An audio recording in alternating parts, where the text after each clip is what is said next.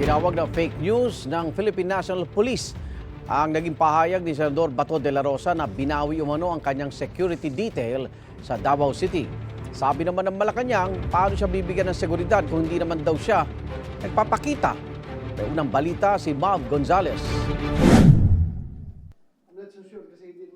Umaga nang i-post ni Senador Bato de la Rosa sa Facebook, binawi aniya ng PNP ang kanyang security detail sa Davao City. Pag-uwi ko dito sa Davao, wala na akong security. Hindi na pinapareport na sa unit nila. Ayon kay de la Rosa, may mga retiradong pulis at sundalo na nagboluntaryo raw pumalit.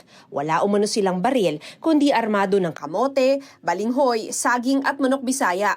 Hindi alam ni de la Rosa kung pati ang security detail niya sa Maynila ay binawi rin.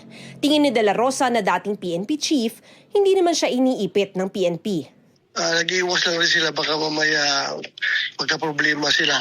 Yung mga unit commander ba, nagdimasilip, na may tao sila sa akin dahil mainit man ang gobyerno sa akin, di ba? Nang hinga ng komento ang PNP Public Information Office, sinabi nitong ayon sa Police Security and Protection Group o PSPG, fake news daw ang pahayag ni de la Rosa.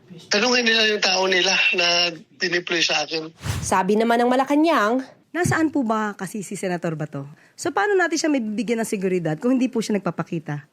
Hindi naman pwedeng tumambay lamang po yung security nang wala po siya. ayon naman kay de la Rosa, hindi siya nagtatago at hindi rin aalis sa Pilipinas kung saan tuloy ang kampanya. Pero pinag-aaralan niya ang kanyang mga opsyon. Anong gagawin niyo, sir, para huwag kayong maipit? Kung patanga-tanga, Sir, mamumundok ba kayo, sir? Mga ganon? magsusyudad. Syudad, bakit ka bundok? Sa KOJC, sir, yung bunker, totoo ba yun? Yung parang ginawa ni Pastor Kibuloy, gagawin niyo rin ba yun? I think, kasama niya sa diskarte ko.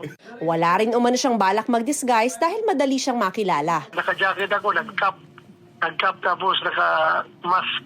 Nadaanan ko yung babae na nagbibinta ng kamote sa gilid ng kalsada.